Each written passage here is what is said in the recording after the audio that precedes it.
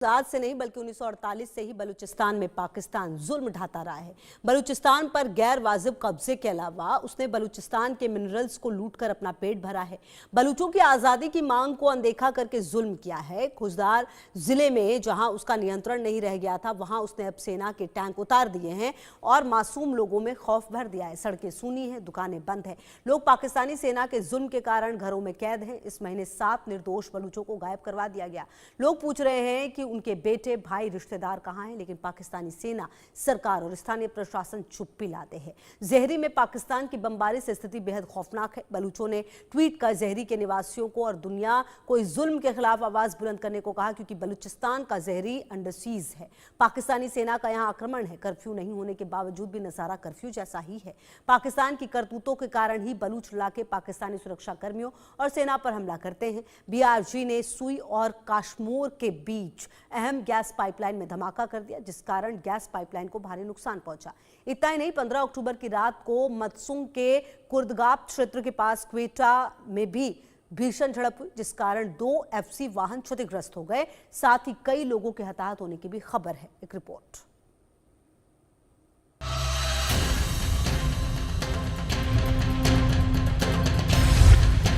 PLA पाक में बड़ी तकरार, अब की बार आर पार। मस्तुंग में बलूचों का गदर, पाक सेना का सरेंडर। पाकिस्तान का युद्ध अपराध, मुनीर सेना होगी खल्लास। बलूचिस्तान के खुजदार जिले के जहरी कस्बे में बलूचों और पाकिस्तानी सेना के बीच भीषण युद्ध चल रहा है। 15 अक्टूबर की रात को मस्तूंग के कुर्दगाप क्षेत्र के पास क्वेटा ताफ्तान राजमार्ग पर अज्ञात हमलावरों और FC यानी फ्रंटियर कोर कर्मियों के बीच झड़प हो गई, जिसके परिणाम स्वरूप 2 FC वाहन क्षतिग्रस्त हो गए और कई लोगों के हताहत होने की खबर भी है।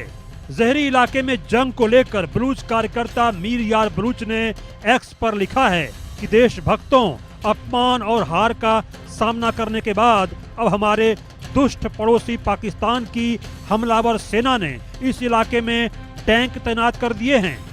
स्थानीय लोगों के अनुसार यह अल्लाह वाला चौक जहरी बाजार है, जो अब पाकिस्तानी सेना के नियंत्रण में है। सख्त कर्फ्यू के कारण सड़कें खाली हो गई हैं, नागरिक भारी दबाव में हैं और बमबारी और अपनों को खोने के डर से त्रस्त हैं। जहरी अंडर सीज। तस्वीरों में आप देख सकते हैं कि किस तरह पाकिस्तान के जुल्म के कारण सड़कें खाली हैं। तस्वीरों में पाकिस्तानी टैंक भी दिख रहे हैं। तस्वीरों में देखिए कैसे जहरी को अंडर सीज बताया गया है। लोगों को आवाज बुलंद करने के लिए कहा जा रहा है।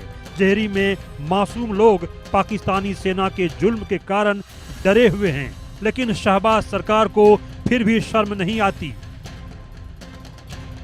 मासूम बच्चों की जान जा रही है, लेकिन शहबाज और मुनीर को इस बात की कोई फिक्र ही नहीं है और वो बेशर्म की तरह पाकिस्तानी सेना को आगे बढ़ने का आदेश दे रहे हैं। जहरी कस्बे से एक नया वीडियो सामने आया है, जिसमें एक भयावह दृश्य दिखाई दे रहा है। एक पाकिस्तानी टैंक सुनसान अल्लाह वाला चौक पर घूम रहा है। दुकानें बंद हैं, सड़कें खाली हैं और ऐसा लग रहा है जैसे कड़ा कर्फ्यू लगा हुआ है। यह वीडियो उस वीडियो के बाद आया है जिसमें एक व्यक्ति ने दावा किया था कि पाकिस्तानी सेना के हवाई हमले में उसके 6 परिवार के सदस्य मारे गए। जहरी की खामोशी शब्दों से ज्यादा जोरदार है। 5 से 10 अक्टूबर 2025 के बीच खुजदार जिले के जहरी के कई लोगों को बड़े पैमाने पर सैन्य अभियान के दौरान पाकिस्तानी सेना ने जबरन गायब कर दिया।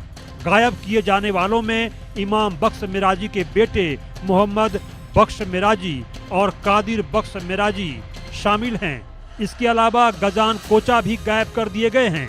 जहरी के मीर का पंडरानी के बेटे अली हसन पंडरानी और रेशाक जहरी के निवासी हाजी खान मिराजी के बेटे रहमतुल्लाह मिराजी भी शामिल हैं। इससे पहले 5 अक्टूबर 2025 को रऊफ जातक को भी पाकिस्तानी सुरक्षा बलों ने इसी इलाके से अगवा कर लिया था। सभी इसी महीने गायब किए गए हैं। ऑपरेशन के दौरान इंटरनेट बंद कर दिया गया और सड़कें जाम कर दी गई, जबकि अपुष्ट रिपोर्टों से संकेत मिलते हैं कि कई लोगों को अज्ञात जगहों पर ले जाया गया।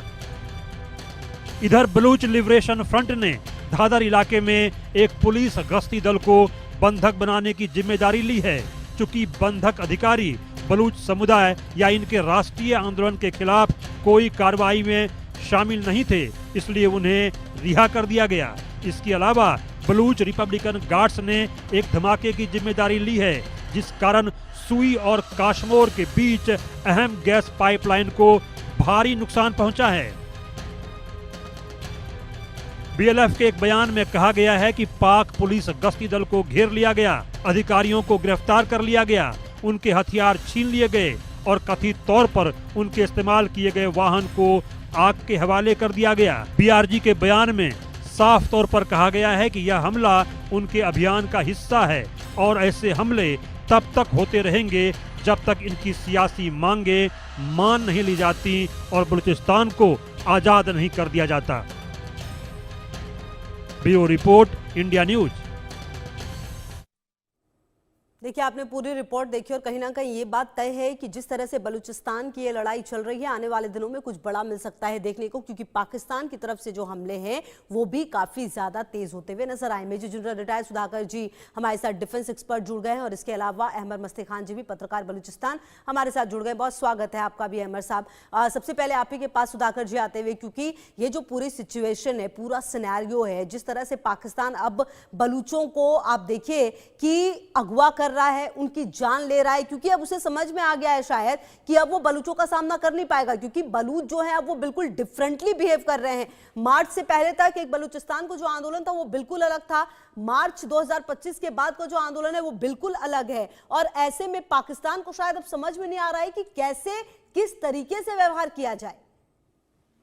बिल्कुल खुशबू, सबसे पहले मैं आपको धन्यवाद देता हूं, आपने मुझे आपके शो के लिए इनवाइट किया।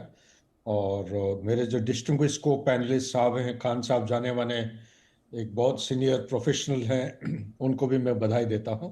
जहाँ तक आपकी सवाल है, सवाल की जवाब में मैं सिर्फ इतना कहूँगा, ये जो बलोच लिबरेशन आर्मी या उनके साथ जो इमदादी दस्ते जो जुड़े हुए हैं, पिछले 1 साल के अंदर 4-5 और अंग उनके साथ जुड़ गए हैं।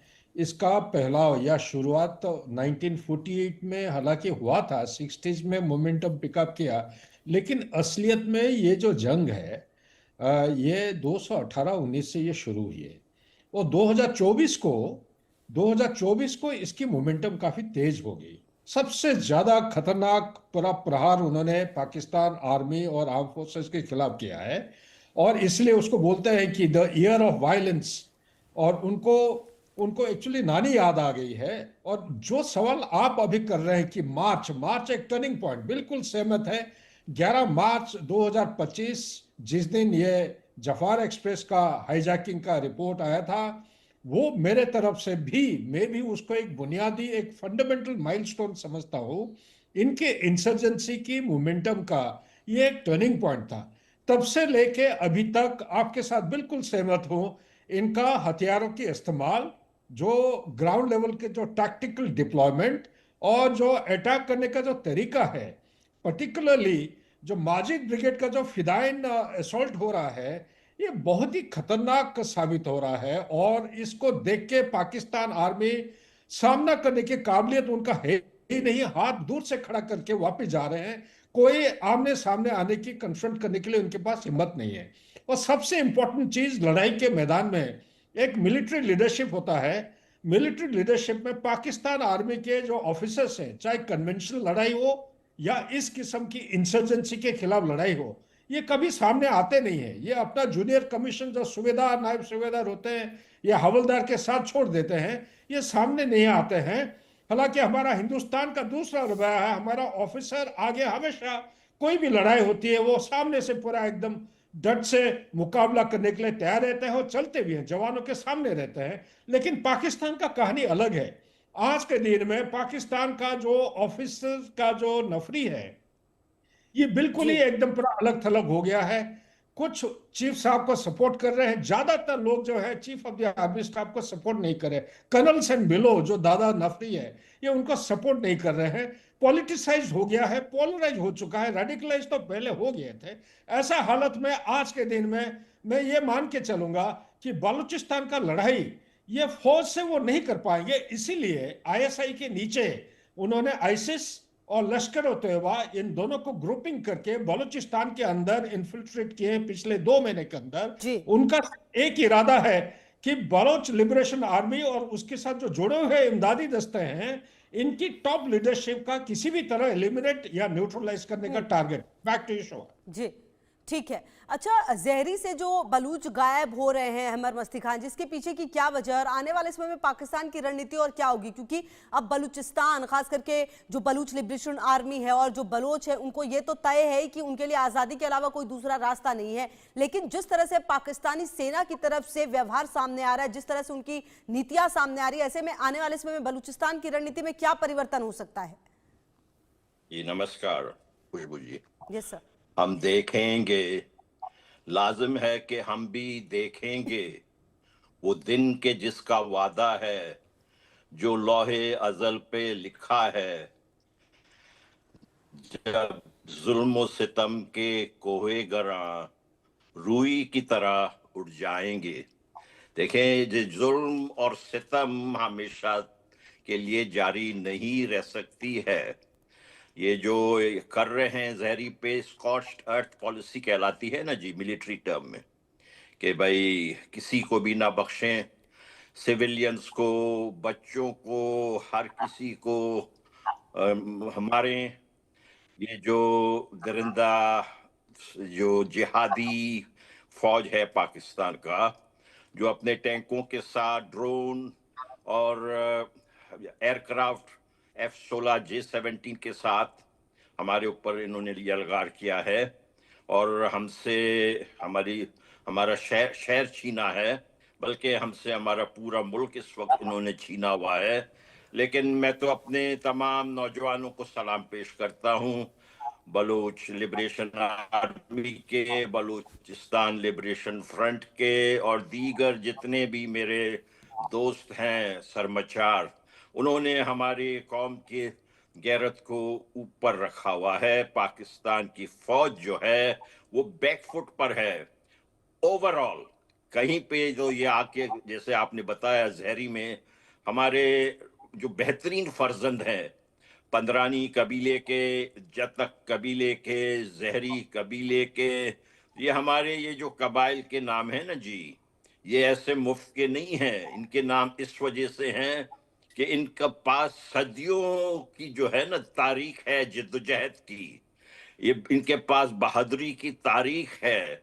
ये लोग जो मर्सनरी हैं, जो अमेरिका के पिल्ले हैं, ये हमारे इलाके में ज्यादा दिन ठहर ही नहीं सकते हैं। आपने इनका हाल देखा कि ये कैसे जो है, इनके पास जो फौजी फूड्स है ना जी, इनका फौज जो है हर बिजनेस में लगा हुआ है, यहाँ तक कि फूड्स भी बनाता है।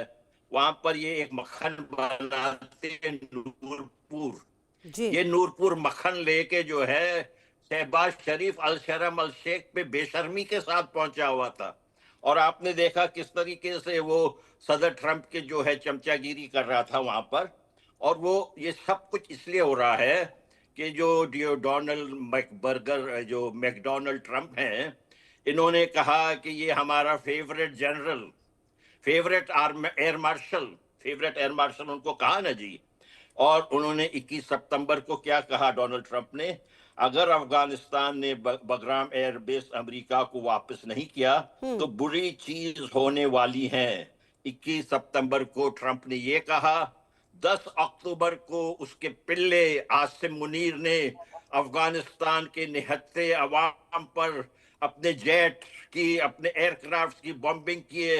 अफगानिस्तान में जो लोग हलाक हुए, काबुल में, उनके दूसरे शहरों में, वो खून इतना ही हमारे लिए अजीज है जितना कि जहरी में बलोचों का खून है। देखें, इन्होंने बहुत सारे मोर्चे अपने लिए खोल लिए हैं। इतने सारे मोर्चों पे ये दलार फौज ये नहीं मुकाबला कर सकती है बलोचों के, अफगानों के, भारत के अवाम के साथ। कितने सारे फ्रंट इन्होंने खोल दिए, आप खुद जी। देखें। आज इनका मामला ये है कि इनकी जो सबसे चहेती जो चीफ मिनिस्टर है मरियम नवाज शरीफ, वो जाती उमरा में जो है छुपी हुई हैं। उनको ये है कि ये लाहौर में भी कोई फंक्शन में ना जाएं। वो खुद लाहौर में भी मैसूर हुई हैं।